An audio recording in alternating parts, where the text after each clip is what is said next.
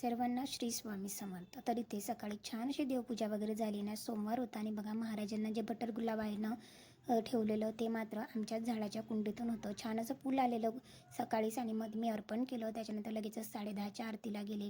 दिवसभराची काही थोडीफार कामे होती ती आवरली. संध्याकाळी मात्र छान अशी फ्रेश मेथीची भाजी होती ती छान अशी स्वच्छ धुवून घेतली. आणि हा जो पॉट आहे ना तो आम्ही DIY मधून आणलेला आहे आणि अगदी बेस्ट मिळाला. बघा सर्व पाणी होतं ते निघून गेलं होतं ना. अगदी छान कोरडी भाजी होऊन जाते. मग भेंडी असो किंवा इतर भाजीपाला किंवा फळे वगैरे सगळं धुण्यासाठी अगदी बेस्ट आहे हा पॉट.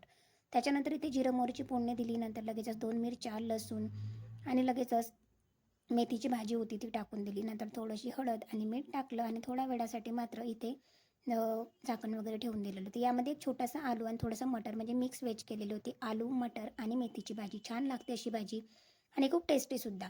अगदी थोडंसं किंचित पाणी टाकलेलं होतं कारण मटर आणि आलू शिजण्यासाठी पाणी पुरेसं होतं. आणि नंतर पोळ्या केल्या. तर असं होतं माझा आजचा दिवस. थँक्यू.